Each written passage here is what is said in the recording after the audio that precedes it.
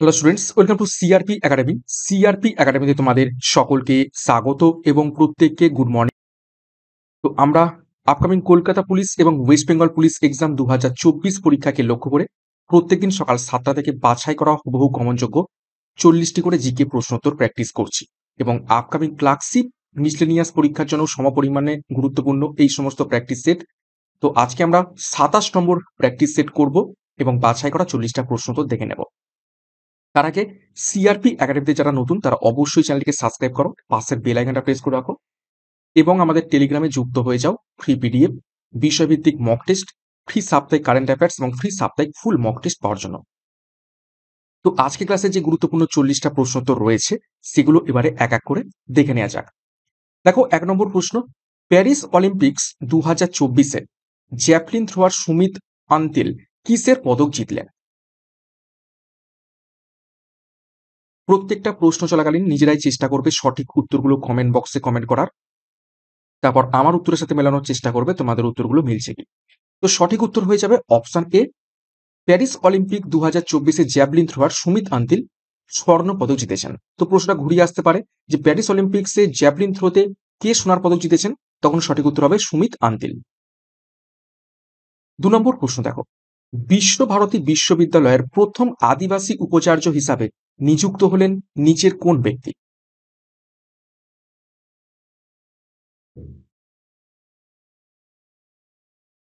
সঠিক উত্তর হবে অপশন এ, বিনয় কুমার সোরেন। 3 নম্বর প্রশ্ন দেখো, গ্লোবাল ইনোভেশন ইন্ডেক্স 2023-এ ভারতের স্থান কত ভিভিআই করবে? এখানে 2023 লেখা রয়েছে কিন্তু প্রকাশিত হয়েছে সম্প্রতি 2024-এ। তো গ্লোবাল ইনোভেশন ইন্ডেক্স 2023-এ ভারতের স্থান কত? সঠিক উত্তর হয়ে যাবে অপশন বি, 40। নেক্সট 4 নম্বর প্রশ্ন দেখো, ICC world test championship 2025 final নিচের কোন স্টেডিয়ামে খেলা হবে?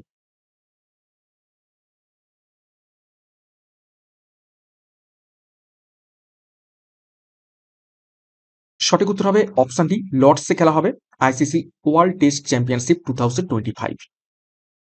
নেক্সট গুরুত্বপূর্ণ ঘোষণা, সিআরপি একাডেমির তত্ত্বাবধানে আপকামিং পুলিশ পরীক্ষাকে লক্ষ্য করে অন্তিম যুদ্ধ ব্যাচ লঞ্চ করা হয়েছে, যেখানে পুলিশ পরীক্ষার স্বপ্ন পূরণের সেরা প্রস্তুতি তোমরা পাবে। সম্পূর্ণ নতুন সিলেবাস এবং লেটেস্ট প্যাটার্ন অনুযায়ী প্রত্যেকটা বিষয় অর্থাৎ জিকে, কারেন্ট অ্যাফেয়ার্স, গণিত, ইংরেজি, রিজনিং এর সম্পূর্ণ প্রত্যেকটা অধ্যায় ধরে ধরে ডেসক্রিপটিভ প্যাটার্নের থিওরি, কনসেপ্ট ক্লিয়ার থিওরির উপর বেস করে এমসিকিউ ক্লাস করানো হবে।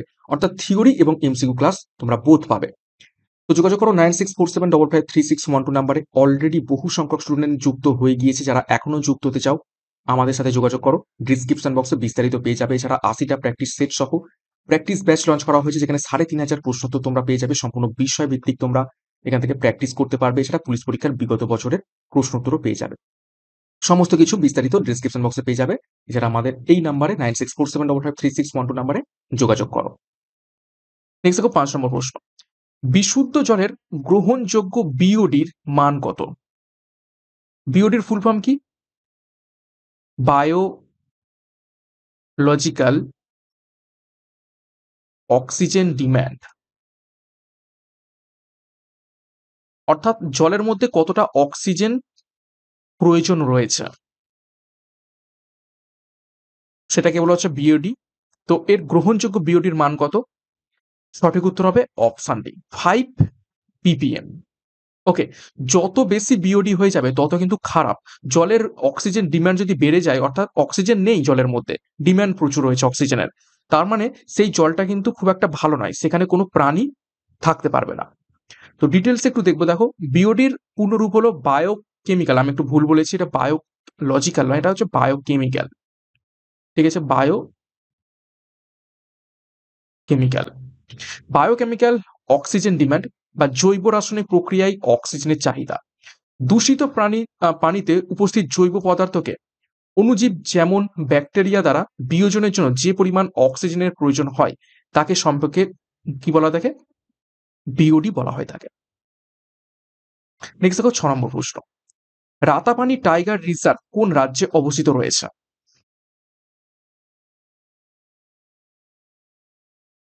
একটি গুরুত্বপূর্ণ টাইগার রিজার্ভ বা ব্যাঘ্র প্রকল্প নিচের কোন রাজ্যে অবস্থিত? তো সঠিক উত্তর হবে option D, Ratapani tiger reserve মধ্যপ্রদেশে অবস্থিত রয়েছে। দেখো কিছু গুরুত্বপূর্ণ ব্যাঘ্র প্রকল্প, সেগুলো কোন সালে প্রতিষ্ঠিত হয় এবং কোথায় তাদের অবস্থান একটু দেখে নেব। বন্দিপুর ব্যাঘ্র প্রকল্প প্রতিষ্ঠিত হয় 1973-74 সালে, অবস্থিত রয়েছে কর্ণাটকে। জিম করবেট ব্যাঘ্র প্রকল্প 1973-74 সালে প্রতিষ্ঠিত হয়, অবস্থান রয়েছে উত্তরাখণ্ডে। আমনগড় ব্যাঘ্র প্রকল্প 2012 সালে প্রতিষ্ঠিত হয়, উত্তরপ্রদেশে এটি অবস্থিত। কানহা ব্যাঘ্র প্রকল্প 1973-74 সালে মধ্যপ্রদেশে অবস্থিত রয়েছে। মানস ব্যাঘ্র প্রকল্প 1973-74 সালে প্রতিষ্ঠিত হয়, এটিও আসামে অবস্থিত রয়েছে।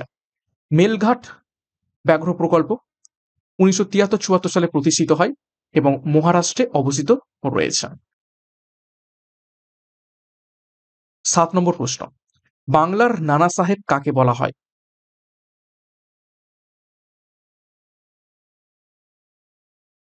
নিচের কোন ব্যক্তি বাংলার নানা সাহেব নামে পরিচিত রয়েছেন? সঠিক উত্তর অপশন এ, রামরতন মল্লিক। দেখো কিছু গুরুত্বপূর্ণ ব্যক্তির নাম দেখব এবং তাদের ডাক নাম বা পরিচিত নাম আমরা দেখে নেব। জয়প্রকাশ নারায়ণ লোকনায়ক নামে পরিচিত। গোপীনাথ বরদৌলি লোকপ্রিয় নামে পরিচিত। গোপালহরি দেশমুখ লোক হিতবাদী নামে পরিচিত। সুরেন্দ্রনাথ ব্যানার্জি রাষ্ট্রগুরু নামে পরিচিত। লাল বাহাদুর শাস্ত্রী শান্তির মানুষ নামে পরিচিত। মদন মোহন মালব্য মহামান্য নামে পরিচিত রয়েছে। 8 নম্বর প্রশ্ন, ডায়াবেটিস মেলিটাসে আক্রান্ত ব্যক্তি যথেষ্ট পরিমাণ ক্ষরণ করতে পারে না নিচের কোনটি?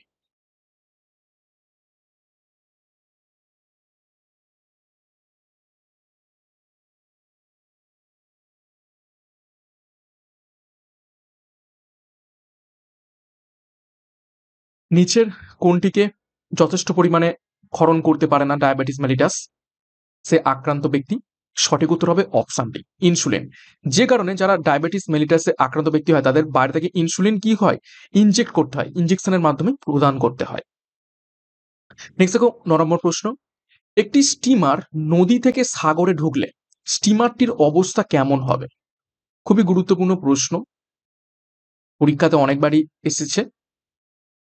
যদি নদী থেকে সমুদ্রে প্রবেশ করে একটা স্টিমার, তাহলে স্টিমারটির অবস্থা কেমন হবে? ডুবে যাবে, কাত হয়ে পড়বে, আরো ভেসে যাবে, নাকি কিছুটা ডুবে যাবে? তো সঠিক উত্তর হবে অপশন সি, আরো ভেসে উঠবে।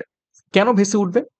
নদীর থেকে সাগর বা সমুদ্রের জলের যে লবণাক্ততা, সেই লবণাক্ততা কিন্তু অনেক বেশি, এবং লবণাক্ত যত বেশি হয়ে যাবে জলের মধ্যে, জলের ঘনত্ব বেড়ে যাবে, এবং জলের ঘনত্ব বেড়ে গেলে তার মধ্যে কোনো একটা জিনিস ডুবতে চাইবে না, আরো বরং উঠবে। তো নদীর জলের লবণাক্ততা কম আর সমুদ্রের জলের লবণাক্ততা বেশি, তো নদীর জলের থেকে সমুদ্রের জলের ঘনত্ব বেশি, তো সেই কারণে স্টিমারটা যখন নদী থেকে সাগরে প্রবেশ করবে তখন আরো ভেসে উঠবে।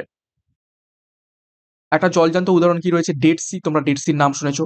ডেড সির জল এতটাই লবণাক্ত, সেখানে যদি কেউ সাঁতারও না জানে সেখানে কিন্তু কেউ ডুববে না। তো সেই ফর্মুলায় তোমরা এখানে অ্যাপ্লাই করতে পারো। নেক্সট দেখো 10 নম্বর প্রশ্ন, কোন রাজবংশ প্রথম পৌরসভা চালু করে? তখনকার দিনে তো আর পৌরসভার মতো ছিল না, অর্থাৎ পৌরসভার মতো কিছু একটা বন্দোবস্ত প্রথম কোন রাজবংশ চালু করেছিল?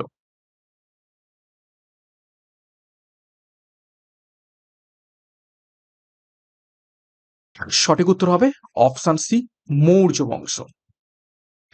11 নম্বর প্রশ্ন দেখো, লোহার বাদামি রঙের মরিচার রাসায়নিক নাম কি? বেশি দিন ধরে লোহা জল এবং বাতাসের সংস্পর্শে থাকলে দেখবে লোহার ওপরে মরিচা পড়ে, অর্থাৎ রাস্ট পড়ে, এবং সেটা বাদামি রঙের হয়ে যায়। তো এই যে রাসায়নিকটা, এটার অ্যাকচুয়াল নাম কি?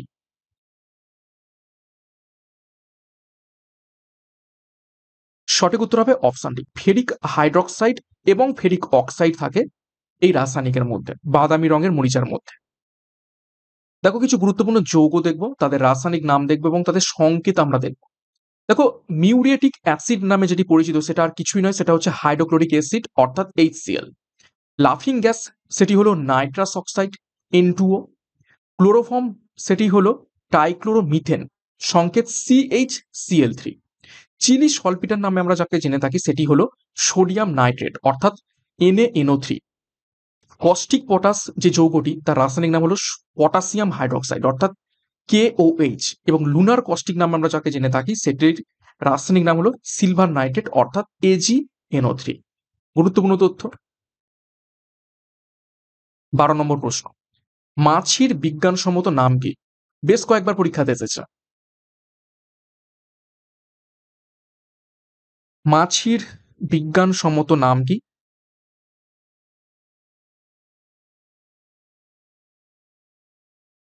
চারটি অপশন রয়েছে, তো সঠিক উত্তর হয়ে যাবে অপশনে মুস্কা ডোমেস্টিকা হয়ে যাবে মাছির বিজ্ঞানসম্মত নাম। দেখো কিছু গুরুত্বপূর্ণ প্রাণী বা উদ্ভিদ এবং তাদের বিজ্ঞানসম্মত নাম আমরা একটু দেখে নেব। দেখো মানুষের বিজ্ঞানসম্মত নাম আমরা প্রত্যেকেই জানি, হোমো স্যাপিয়েন্স। ইঁদুরের বিজ্ঞানসম্মত নাম দেখো ব্যান্ডিকটা ব্যাঙ্গালেনেসিস। খরগোশের যে বিজ্ঞানসম্মত নাম সেটা হচ্ছে দেখো অরিক্টোলেগাস কানিকুলাস। মশার বিজ্ঞানসম্মত নাম দেখো কিউলেক্স পিপিনেন্স। মাছির বিজ্ঞানসম্মত নাম আমরা দেখলাম মাস্কা ডোমেস্টিকা, এবং টিকটিকির বিজ্ঞানসম্মত নাম দেখো হেমিডাকটাইলাস ব্রোকি। তো গুরুত্বপূর্ণ তথ্য, যদিও এখান থেকে মাছিটাই সব থেকে গুরুত্বপূর্ণ করে রাখবে, মাছি এবং মশা। নেক্সট দেখো 13 নম্বর প্রশ্ন, মিরাট ষড়যন্ত্র মামলা শুরু হয়েছিল নিচের কোন সালে?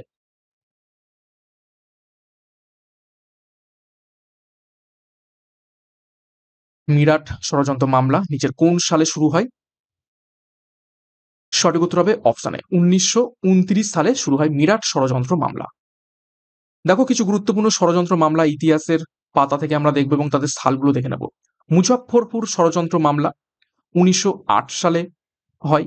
আলিপুর বোমা মামলা 1908 থেকে 1909 সালে এটি হয়। হাওড়া শিবপুর ষড়যন্ত্র মামলা 1910 সালে হয়।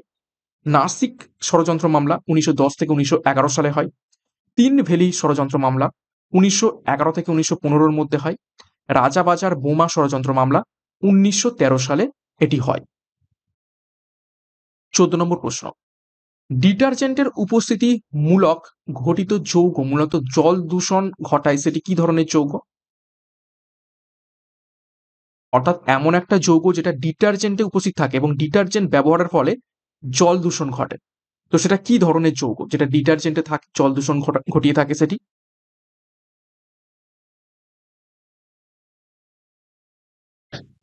সঠিক উত্তর হবে অপশন বি, ফসফেট যৌগ।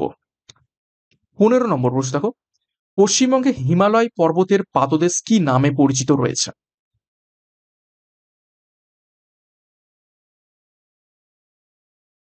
গুরুত্বপূর্ণ প্রশ্ন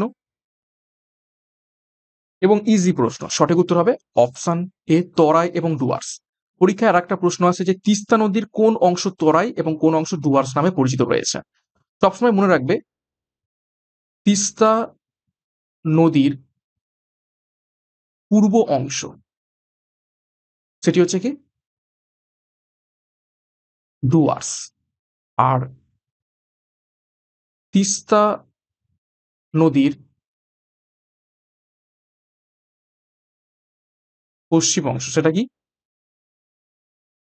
তরাই নামে পরিচিত রয়েছে। 16 নম্বর প্রশ্ন দেখো, নিচের কোন সম্পর্কটি সঠিক? চারটি সম্পর্ক রয়েছে দেখো, আয়তন ইন্টু ভর ঘনত্ব, বেগ সমান হচ্ছে দূরত্ব বাই সময়, ত্বরণ হচ্ছে সরণ বাই সময়, নাকি ভর ইন্টু সরণ বাই সময় ইকুয়াল টু ভরবেগ।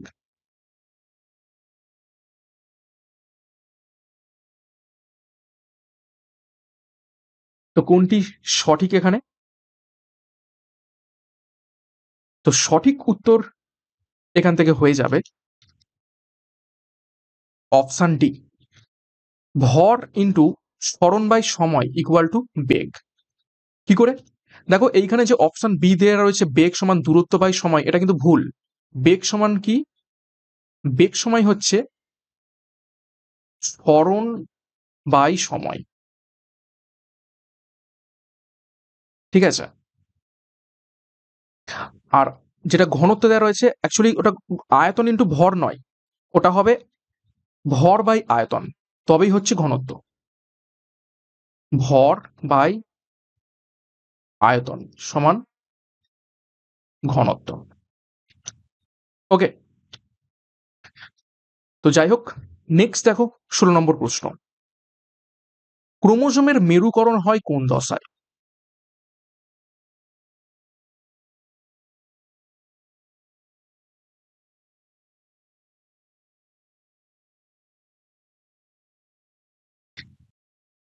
নিচের কোন দশায় ক্রোমোজোমের মেরুকরণ হয়?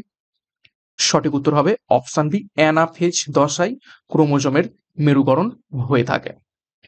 18 নম্বর প্রশ্ন। ইটাই ইটাই রোগের জন্য কোন ধাতু দায়ী?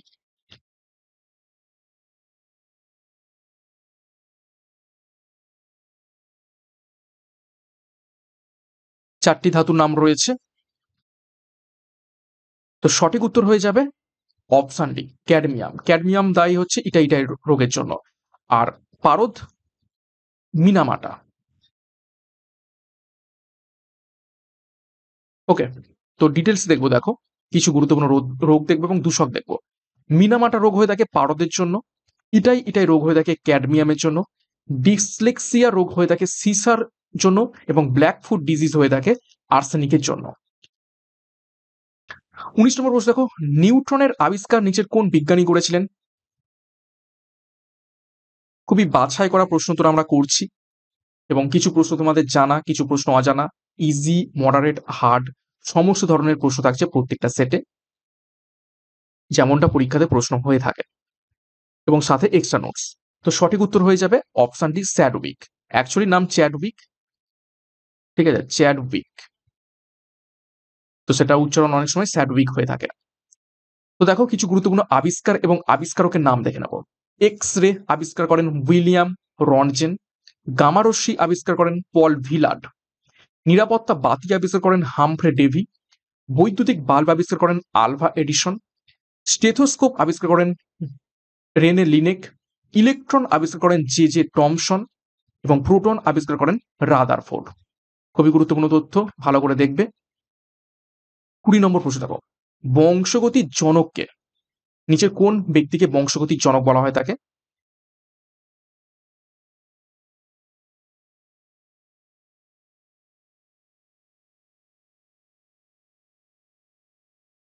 সঠিক উত্তর হয়ে যাবে অপশন এ, মেন্ডেল। মেন্ডেলকে বংশগতির জনক বলা হয়। দেখো, বিভিন্ন বিষয় এবং জনকের নাম দেখব। রাষ্ট্রবিজ্ঞানের জনক অ্যারিস্টটল। হিসাব বিজ্ঞানের জনক লুকা প্যাসিওলি। জীববিজ্ঞানের জনক অ্যারিস্টটল। উদ্ভিদ বিজ্ঞানের জনক থিওফ্রাটাস। পদার্থবিজ্ঞানের জনক আইনস্টাইন। রসায়ন বিজ্ঞানের জনক জাবির ইবনে হাইয়ান। 21 নম্বর প্রশ্ন। কলকাতায় ফোর্ট উইলিয়াম কলেজ প্রতিষ্ঠিত হয় নিচের কোন সালে?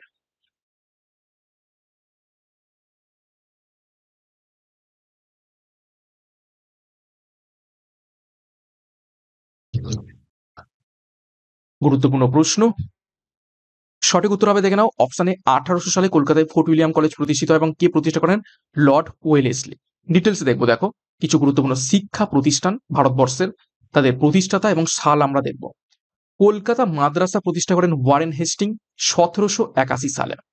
এশিয়াটিক সোসাইটি প্রতিষ্ঠা করেন উইলিয়াম জোন্স 1784 সালে। বেনারস সংস্কৃত কলেজ প্রতিষ্ঠা করেন জোনাথন ডানকান 1792 সালে। Fort William college Lord Wellesley প্রতিষ্ঠা করেন 1800 সালে। শ্রীরামপুর মিশন প্রতিষ্ঠা করেন উইলিয়াম কেরি 1800 সালে।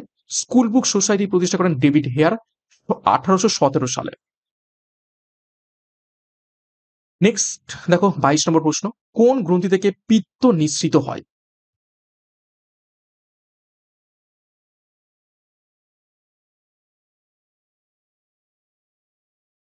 সঠিক উত্তর হবে, দেখো, পিত্ত নিঃসৃত হয়ে থাকে অপশন এ, যকৃৎ থেকে। 23 নম্বর প্রশ্ন। অর্থশাস্ত্রের রচয়িতা নিচের কোন ব্যক্তি?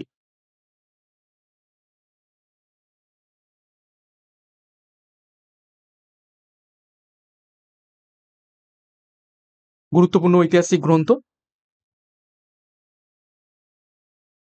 তো সঠিক উত্তর হবে অপশন বি, কৌটিল্য। কৌটিল্য অর্থাৎ চাণক্য। এবং আরো একটা নাম রয়েছে না, কি? বিষ্ণুগুপ্ত আসল নাম। দেখো কিছু গুরুত্বপূর্ণ প্রাচীন গ্রন্থ, তাদের রচয়িতার নাম আমরা একটু দেখে নেব। মালবিকা অগ্নিমিত্রম লিখেছেন কালিদাস। মহাভাষ্য লিখেছেন পতঞ্জলি। পঞ্চতন্ত্র লিখেছেন বিষ্ণু শর্মা। সুশ্রুত সংহিতা লিখেছেন সুশ্রুত। অষ্টাধ্যায়ী লিখেছেন পাণিনি। রামচরিত লিখেছেন সন্ধ্যাকর নন্দী এবং রামচরিত মানস লিখেছেন তুলসীদাস। গুরুত্বপূর্ণ তথ্য। 24 নম্বর প্রশ্ন, ভারতের তোতা পাখি নামে কে পরিচিত? বহুবার পরীক্ষাতে এসেছে বা অনেক সময় ঘুরিয়ে আসতে পারে। তুত ই হিন্দ, অর্থাৎ ভারতের তোতা পাখি কাকে বলা হয়ে থাকে? সঠিক উত্তর হবে অপশন ডি, আমির খসরুকে বলা হয়ে থাকে। 25 নম্বর প্রশ্ন, নাথুলা গিরিপথটি ভারতের কোন রাজ্যে অবস্থিত রয়েছে?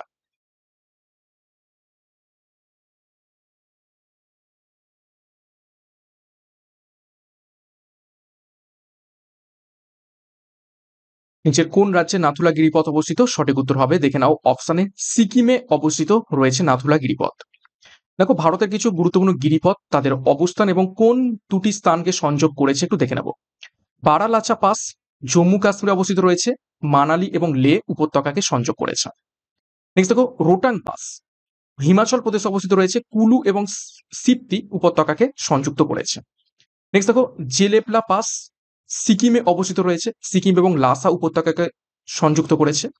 লিপু লাক পাস উত্তরাখণ্ডে অবস্থিত রয়েছে, দেরাদুন এবং তিব্বতকে সংযুক্ত করেছে।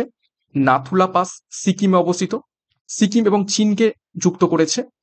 মানা পাস উত্তরাখণ্ডে অবস্থিত, দেরাদুন এবং তিব্বতকে সংযুক্ত করেছে। নেক্সট 26 নম্বর প্রশ্ন, প্রথম কোন অভিনেত্রী পদ্মশ্রী সম্মানে ভূষিত হন? প্রশ্নটা ভালো করে দেখে উত্তর করার চেষ্টা করবে। নিচের কোন অভিনেত্রী সর্বপ্রথম পদ্মশ্রী সম্মানে ভূষিত হন? 26 এর সঠিক উত্তর হবে অপশন বি, নার্গিস দত্ত। এবং দেবিকা রানী কোন পুরস্কার প্রথম পেয়েছিলেন? দাদা সাহেব ফালকে প্রাপক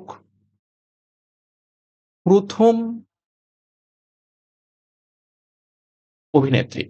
ওকে, নেক্সট দেখো 27, স্থির উষ্ণতায় যদি চাপ কমে যায় তবে নির্দিষ্ট পরিমাণ গ্যাসের আয়তন কি হবে? উষ্ণতা স্থির রয়েছে, আমি কোনো একটা গ্যাসের উপর থেকে চাপ একদম কমিয়ে দিলাম, তাহলে গ্যাসের আয়তন কি হবে? চাপ কমে গেলে গ্যাসের আয়তন কি হবে? একদম ইজি প্রশ্ন এটাই। তো অবশ্যই অপশানে বেড়ে যাবে। 28, উদ্ভিদ গ্লুকোজকে সঞ্চিত রাখে কি রূপে?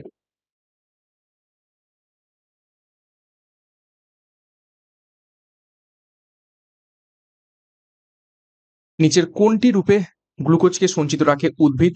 4টি অপশন রয়েছে, সঠিক উত্তর করো। সঠিক উত্তর হবে অপশন সি, শ্বেত সার রূপে।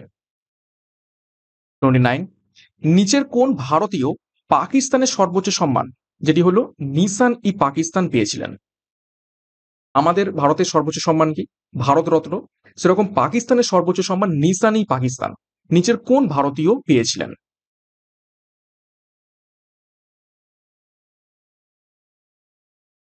সঠিক উত্তর হবে অপশন সি, মোরারজি দেসাই। 30 নম্বর প্রশ্ন, অসহযোগ আন্দোলন কবে শুরু হয়েছিল?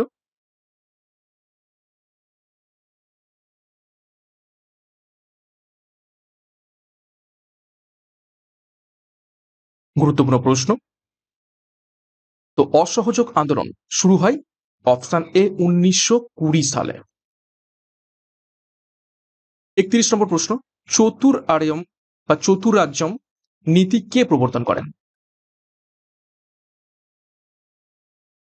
চতুর্জাম নীতি নিচের কোন ব্যক্তি প্রবর্তন করেছিলেন?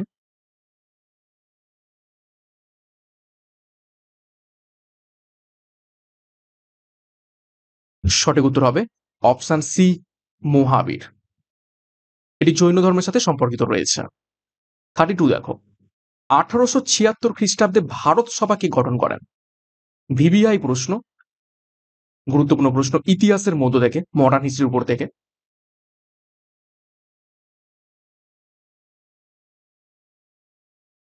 সঠিক উত্তর হবে অপশন এ সুরেন্দ্রনাথ বন্দ্যোপাধ্যায়।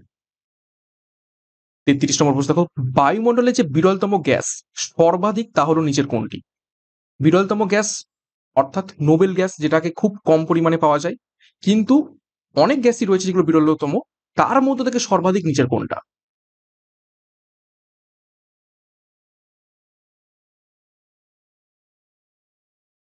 সঠিক উত্তর হবে অপশন এ আর্গন। 34 দেখো, ভারতের সংবিধানে রাষ্ট্রের নির্দেশ নীতি সমূহ অনুপ্রাণিত হয়েছে নিচের কোন সংবিধান থেকে? অর্থাৎ DPSP, directive principal state policy, বা রাষ্ট্র পরিচালনার নির্দেশাত্মক নীতিগুলো নিচের কোন দেশের সংবিধান থেকে নিয়ে আসা হয়েছে?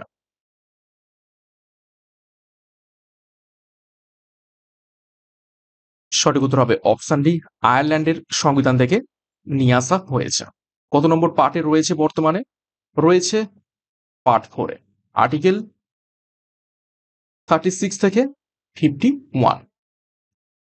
35 দেখো, ইন্ডিয়া উইন্স ফ্রিডম বইটির লেখক নিচের কোন ব্যক্তি?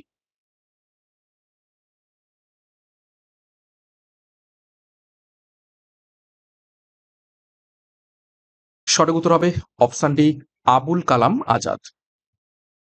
36 দেখো, দুটি বস্তুর মধ্যে কৌণিক দূরত্ব পরিমাপ করা হয় নিচের কোন যন্ত্রের সাহায্যে? খুবই গুরুত্বপূর্ণ প্রশ্ন। কৌণিক দূরত্ব মাপা হয় নিচের কোন যন্ত্রের সাহায্যে? চারটি অপশন দেখো, স্পেকট্রোস্কোপ, স্পেকট্রোমিটার, স্পেরোমিটার নাকি সেক্সট্যান্ট।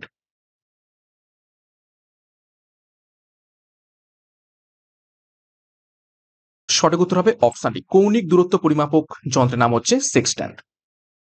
37, কেশরী পত্রিকার সম্পাদক কে ছিলেন?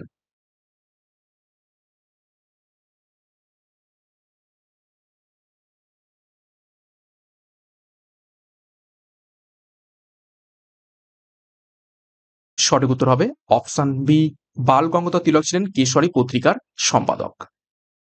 দেখো কিছু গুরুত্বপূর্ণ সংবাদপত্র এবং তাদের সম্পাদকের নাম আমরা দেখব। হিন্দু প্যাট্রিয়ট পত্রিকার সম্পাদক ছিলেন হরিশচন্দ্র মুখোপাধ্যায়। ইন্ডিয়ান মিরর পত্রিকার সম্পাদক ছিলেন কেশব চন্দ্র সেন।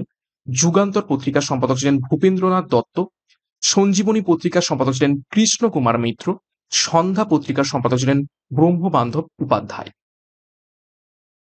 নেক্সট দেখো 38, ভারতের সর্বপ্রথম ই পঞ্চায়েত কোন রাজ্যে শুরু হয়?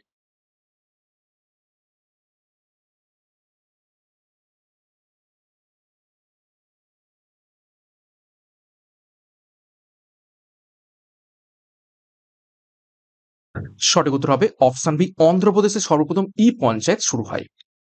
39, কোন ভিটামিনের অভাবে মানবদেহে অস্টিওম্যালেসিয়া রোগ দেখতে পাওয়া যায়?